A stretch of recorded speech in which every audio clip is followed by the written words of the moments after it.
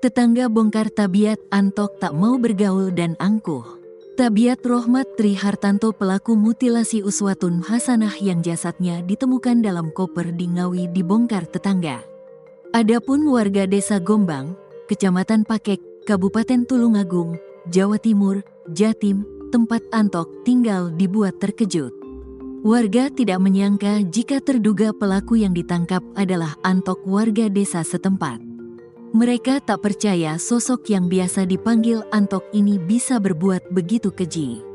Antok disebut tinggal bersama istrinya di desa Gombang, rumahnya menghadap jalan desa dan kawasan persawahan. Ibunya menemani budenya, kakak ibunya, di Sambi, desa Kesambi, Kecamatan Bandung, Tulungagung, ucap seorang warga yang tinggal dekat rumah Antok, Senin, tanggal 27 Januari tahun 2025. Via surya.co.id. Selama ini, Antok dikenal tidak mau bergaul dengan warga sekitar. Karena sikapnya itu, dia dikenal angkuh oleh warga. Selain itu, Anto dikenal sering gonta-ganti mobil. Pokoknya kadang merah, beberapa hari ganti lagi putih, selang beberapa hari lagi ganti warna lain, ungkap tetangga lainnya. Gaya hidup Anto yang sering gonta-ganti mobil membuat warga sekitar merasa heran. Sebab mereka tidak tahu secara pasti apa pekerjaannya. Antok memang pernah bekerja di luar negeri selama 6 tahun, namun itu sudah lama. Pekerjaannya apa juga gak ada yang tahu. Tapi mobilnya gonta-ganti, ucap warga. Di kalangan makelar mobil, Anto dikenal pemain mobil patasan atau mobil bablasan. Istilah ini sebutan mobil yang dijual hanya dengan STNK saja. Disebutkan, mobil milik korban jenis Suzuki R3 warna putih sempat dijual mesti tanpa BPKB.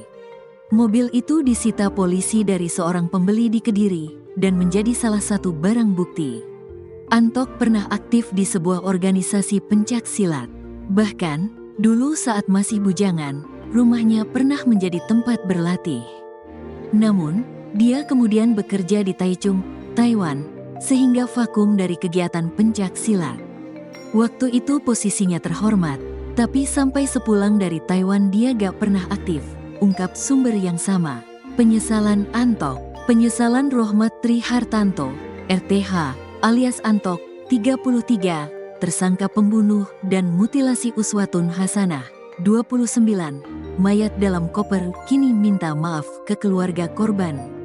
Hal ini disampaikannya secara singkat saat digelandang oleh penyidik kepolisian seusai dihadirkan dalam konferensi pers di lorong gedung bidang Humas Mapolda Jatim pada Senin, tanggal 27 Januari tahun 2025. Antok mengaku menyesali perbuatannya. "Ya, saya menyesal," ujar Rohmat kepada wartawan. Tak hanya itu, ia juga menyampaikan permohonan maaf kepada pihak korban beserta keluarga besar korban di Kabupaten Blitar. "Saya minta maaf kepada korban dan keluarga korban. Saya minta maaf," katanya. Diketahui, mayat korban Uswatun Hasanah, 29, ditemukan warga dalam kondisi tanpa kepala dan kaki di sebuah selokan dekat tempat pembuangan sampah, TPS, di Ngawi pada Kamis, tanggal 23 Januari tahun 2025. Adapun Rohmat ditangkap pada Sabtu, tanggal 25 Januari tahun 2025, dini hari. Akibat perbuatannya, pelaku tidak hanya dijerat dengan pasal pembunuhan, tetapi juga pencurian. Ia dikenakan pasal 340 KUHP subsider 338 KUHP lebih subsider 351 ayat 3 KUHP dan pasal 365 ayat 3 KUHP dengan ancaman hukuman penjara maksimal seumur hidup. Tak sendirian, Antok ternyata dibantu kerabatnya bernama Muhammad Ahlis Maulana atau MAM membuang mayat Uswatun Hasanah. MAM berperan mengambil koper di rumahnya di Desa Gombal, Kecamatan Pakel, Tulungagung. Hal ini diungkap Direktur Ditreskrimum Polda Jatim Kombes Pol Farman dalam konferensi pers di depan Gedung Bidang Humas Mapolda Jatim pada pukul 23.30 waktu Indonesia Barat. Tersangka menghubungi kerabatnya bernama Muhammad Ahlis Maulana Utnuk mengambil koper, tali pramuka, kantong kresek ke hotel. MAM tiba di rumah tersangka untuk mengambil koper, tali pramuka, kantong kresek warna hitam dan putih kurang lebih 10 buah untuk dibawa kembali ke hotel, kata Direskrimum Polda Jatim, Kombes Pol M. Farman.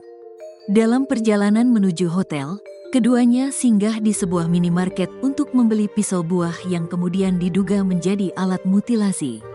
Sekitar pukul 1.30 waktu Indonesia Barat, setibanya di hotel, bersama temannya, pelaku menurunkan barang yang sudah disiapkan. Selanjutnya, tersangka menyuruh MAM dan meminta untuk dijemput lagi di pagi hari sekitar pukul 5 waktu Indonesia Barat, ujarnya.